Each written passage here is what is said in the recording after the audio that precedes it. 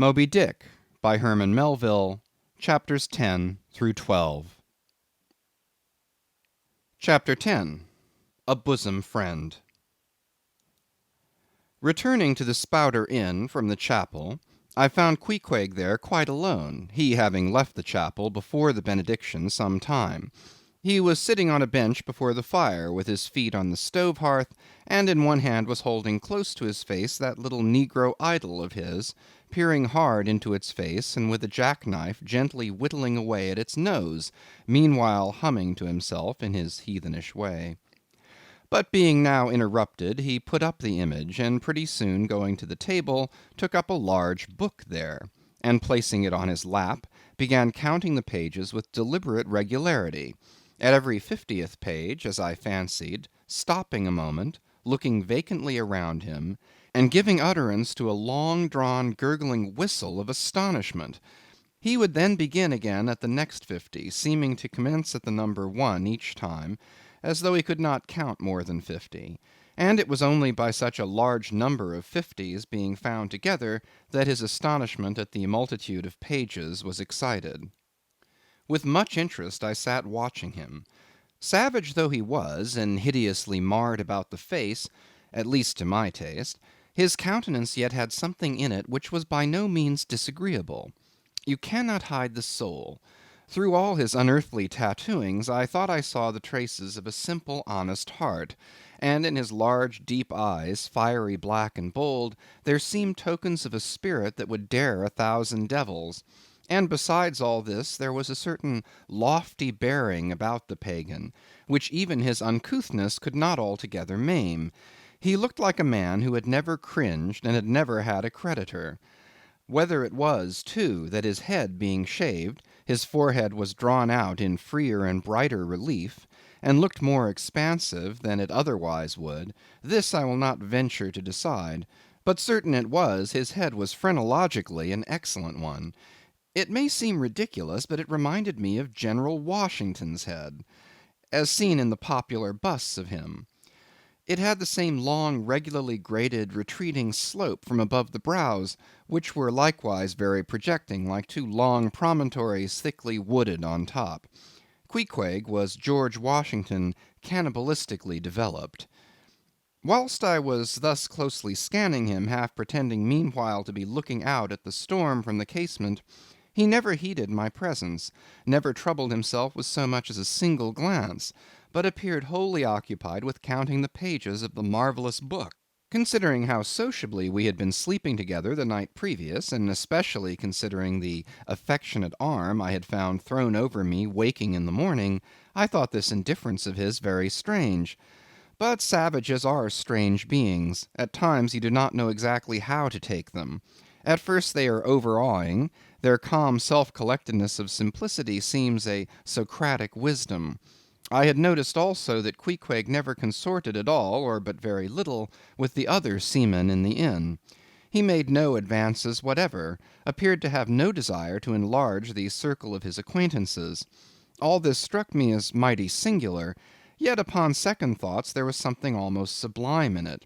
Here was a man some 20,000 miles from home, by way of Cape Horn that is, which was the only way he could get there, thrown among people as strange to him as though he were in the planet Jupiter, and yet he seemed entirely at his ease, preserving the utmost serenity, content with his own companionship, always equal to himself. Surely this was a touch of fine philosophy, though no doubt he had never heard there was such a thing as that. But perhaps, to be true philosophers, we mortals should not be conscious of so living or so striving. So soon as I hear that such and such a man gives himself out for a philosopher, I conclude that, like the dyspeptic old woman, he must have broken his digester. As I sat there in that now lonely room, the fire burning low in that mild stage when, after its first intensity has warmed the air, it then only glows to be looked at, the evening shades and phantoms gathering round the casements, and peering in upon us silent solitary twain, the storm booming without in solemn swells, I began to be sensible of strange feelings. I felt a melting in me. No more my splintered heart and maddened hand were turned against the wolfish world. This soothing savage had redeemed it. There he sat, his very indifference speaking a nature in which there lurked no civilized hypocrisies and bland deceits. Wild he was, a very sight of sights to see, yet I began to feel myself mysteriously drawn towards him, and those same things that would have repelled most others, they were the very magnets that thus drew me. I'll try a pagan friend, thought I, since Christian kindness has proved but hollow courtesy. I drew my bench near him, and made some friendly signs and hints, doing my best to talk with him meanwhile. At first he little noticed these advances, but presently, upon my referring to his last night's hospitalities, he made out to ask me whether we were again to be bedfellows. I told him yes, whereat I thought he looked pleased, perhaps a little complimented. We then turned over the book together, and I endeavored to explain to him the purpose of the printing, and the meaning of the few pictures that were in it. Thus I soon engaged his interest, and from that we went to jabbering the best we could about the various outer sights to be seen in this famous town. Soon I proposed a social smoke, and producing his pouch and tomahawk, he quietly offered me a puff. And then we sat exchanging puffs from that wild pipe of his, and keeping it regularly passing between us. If there yet lurked any ice of indifference toward me in the pagan's breast, this pleasant, genial smoke we had soon thawed it out, and left us cronies. He seemed to take to me quite as naturally and unbiddenly as I to him, and when our smoke was over, he pressed his forehead against mine, clasped me round the waist, and said that henceforth we were married, meaning, in his country's phrase, that we were bosom friends. He would gladly die for me, if the need should be. In a countryman, this sudden flame of friendship would have seemed far too premature, a thing to be much distrusted; but in this simple savage those old rules would not apply. After supper and another social chat and smoke, we went to our room together. He made me a present of his embalmed head, took out his enormous tobacco wallet, and groping under the tobacco, drew out some $30 in silver. Then spreading them on the table, and mechanically dividing them into two equal portions, pushed one of them toward me, and said it was mine. I was going to remonstrate, but he silenced me by pouring them into my trousers pockets. I let them stay. He then went about his evening prayers, took out his idol, and removed the paper fireboard. By certain signs and symptoms, I thought he seemed anxious for me to join him; but well knowing what was to follow, I deliberated a moment whether, in case he invited me, I would comply or otherwise. I was a good Christian, born and bred in the bosom of the infallible Presbyterian Church.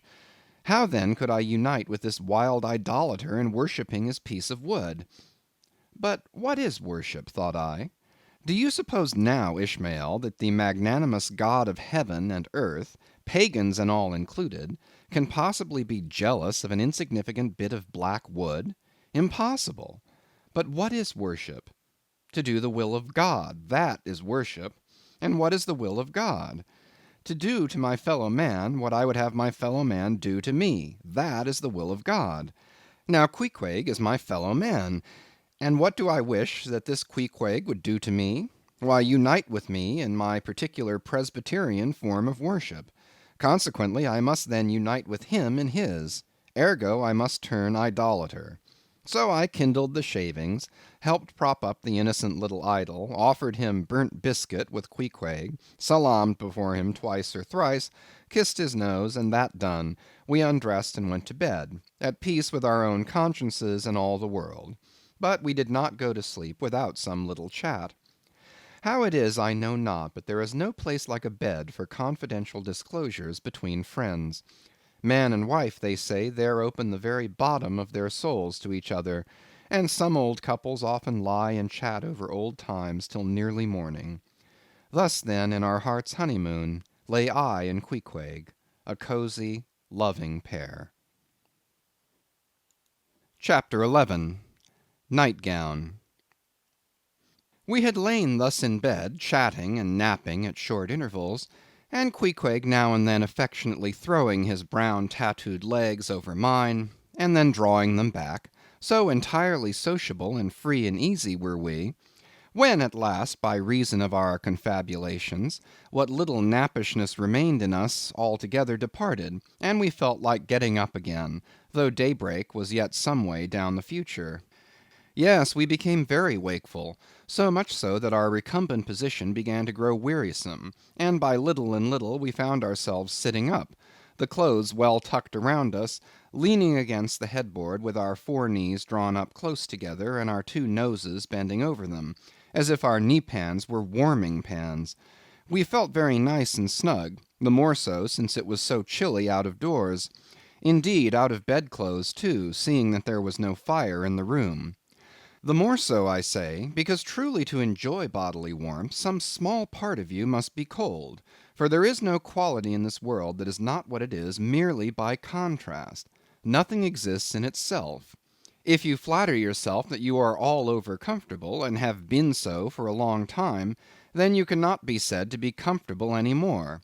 But if, like Queequeg and me in the bed, the tip of your nose or the crown of your head be slightly chilled, why then indeed in the general consciousness you feel most delightfully and unmistakably warm. For this reason a sleeping apartment should never be furnished with a fire, which is one of the luxurious discomforts of the rich. For the height of this sort of deliciousness is to have nothing but the blanket between you and your snugness and the cold of the outer air. Then there you lie like the one warm spark in the heart of an Arctic crystal. We had been sitting in this crouching manner for some time, when all at once I thought I would open my eyes; for when between sheets, whether by day or by night, and whether asleep or awake, I have a way of always keeping my eyes shut, in order the more to concentrate on the snugness of being in bed. Because no man can ever feel his own identity aright except his eyes be closed, as if darkness were indeed the proper element of our essences, though light be more congenial to our clayey part. Upon opening my eyes then, and coming out of my own pleasant and self‐created darkness into the imposed and coarse outer gloom of the unilluminated 12 o'clock at night, I experienced a disagreeable revulsion. Nor did I at all object to the hint from Queequeg that perhaps it were best to strike a light, seeing that we were so wide awake; and besides he felt a strong desire to have a few quiet puffs from his tomahawk. Be it said that though I had felt such a strong repugnance to his smoking in the bed the night before, yet see how elastic our stiff prejudices grow when love comes once to bend them. For now I liked nothing better than to have Queequeg smoking by me, even in bed, because he seemed to be full of such serene household joy then. I no more felt unduly concerned for the landlord's policy of insurance. I was only alive to the condensed, confidential comfortableness of sharing a pipe and a blanket with a real friend. With our shaggy jackets drawn about our shoulders, we now passed the tomahawk from one to the other, till slowly there grew over us a blue hanging tester of smoke, illuminated by the flame of the new lit lamp. Whether it was that this undulating tester rolled the savage away to far distant scenes, I know not. But he now spoke of his native island, and eager to hear his history, I begged him to go on and tell it. He gladly complied.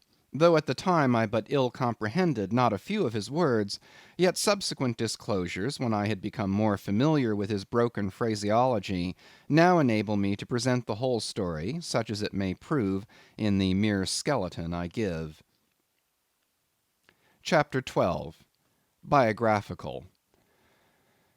Queequeg was a native of Rokovoko, an island far away to the west and south. It is not down in any map. True places never are.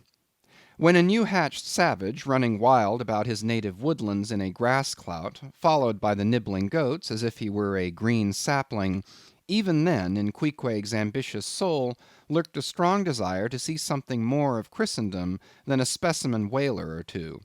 His father was a high chief, a king; his uncle a high priest; and on the maternal side he boasted aunts who were the wives of unconquerable warriors. There was excellent blood in his veins, royal stuff, though sadly vitiated, I fear, by the cannibal propensity he nourished in his untutored youth. A Sag Harbor ship visited his father's bay, and Queequeg sought a passage to the Christian lands. But the ship, having her full complement of seamen, spurned his suit, and not all the king his father's influence could prevail. but Queequeg vowed a vow. Alone in his canoe, he paddled off to a distant strait, which he knew the ship must pass through when she quitted the island. On one side was a coral reef, on the other a low tongue of land, covered with mangrove thickets that grew out into the water. Hiding his canoe, still afloat, among these thickets, with its prow seaward, he sat down in the stern, paddle low in hand, and when the ship was gliding by, like a flash he darted out, gained her side, and with one backward dash of his foot, capsized and sank the canoe, climbed up the chains, and throwing himself at full length upon the deck, grappled a ringbolt there, and swore not to let go, though hacked in pieces. In vain the captain threatened to throw him overboard, suspended a cutlass over his naked wrists. Queequeg was the son of a king, and Queequeg budged not. Struck by his desperate dauntlessness, and his wild desire to visit Christendom, the captain at last relented, and told him he might make himself at home. But this fine young savage, this sea Prince of Wales, never saw the captain's cabin. They put him down among the sailors, and made a whaleman of him. But like Czar Peter, content to toil in the shipyards of foreign cities, Queequeg disdained no seeming ignominy, if thereby he might happily gain the power of enlightening his untutored countrymen. For at bottom, so he told me, he was actuated by a profound desire to learn among the Christians the arts whereby to make his people still happier than they were, and more than that, still better than they were. But alas, the practices of whalemen soon convinced him that even Christians could be both miserable and wicked, infinitely more so than all his father's heathens. Arrived at last in old Sag Harbor, and seeing what the sailors did there, and going on to Nantucket, and seeing how they spent their wages in that place also, poor Queequeg gave it up for lost. Thought he, it's a wicked world in all meridians. I'll die a pagan. And thus, an old idolater at heart, he yet lived among these Christians, wore their clothes, and tried to talk their gibberish. Hence the queer ways about him, though now some time from home. By hints I asked him whether he did not propose going back, and having a coronation, since he might now consider his father dead and gone, he being very old and feeble at the last accounts. He answered no, not yet, and added that he was fearful Christianity, or rather Christians, had unfitted him for ascending the pure and undefiled throne of 30 pagan kings before him. But by and by, he said, he would return, as soon as he felt himself baptized again. For the nonce, however, he proposed to sail about, and sow his wild oats in all 4 oceans. They had made a harpooneer of him, and that barbed iron was in lieu of a scepter now. I asked him what might be his immediate purpose touching his future movements. He answered to go to sea again in his old vocation. Upon this I told him that whaling was my own design, and informed him of my intention to sail out of Nantucket, as being the most promising port for an adventurous whaleman to embark from. He at once resolved to accompany me to that island, ship aboard the same vessel, get into the same watch, the same boat, the same mess with me, in short, to share my every hap, with both my hands in his, boldly dip into the potluck of both worlds. To all this I joyously assented, for besides the affection I now felt for Queequeg, he was an experienced harpooneer, and as such could not fail to be of great usefulness to one who, like me, was wholly ignorant of the mysteries of whaling, though well acquainted with the sea, as known to merchant seamen. His story being ended with his pipe's last dying puff, Queequeg embraced me, pressed his forehead against mine, and blowing out the light, we rolled over from each other this way and that, and very soon were sleeping.